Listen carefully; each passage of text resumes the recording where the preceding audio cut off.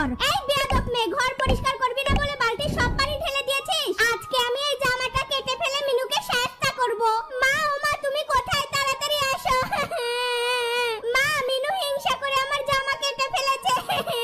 কাঁদিস না বাবা। কিরে মিনু, তোর খুব বার বেড়ে গেছে তাই না? তুই এই মুহূর্তে আমার বাড়ি থেকে বের হয়ে যা। বন্ধুরা, আমি তো কোনো দোষ করিনি, তাও সব দোষ আমার হয়। এখন তোমরা যদি আমাকে লাইক সাবস্ক্রাইব না করো তাহলে আমি কেঁদে দিব।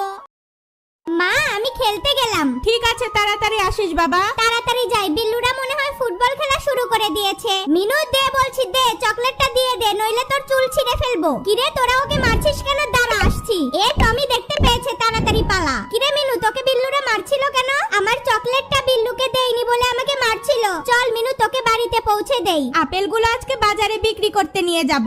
মা, বিল্লু আমাকে মেরে পিঠ লাল করে দিয়েছে, টমি আমাকে বাঁচিয়েছে। ওরে, মিনুর মা আমাকে এক ঝুড়ি আপেল দিয়েছে। সেই মিষ্টি, খেতে খেতে বাড়ির দিকে যাই।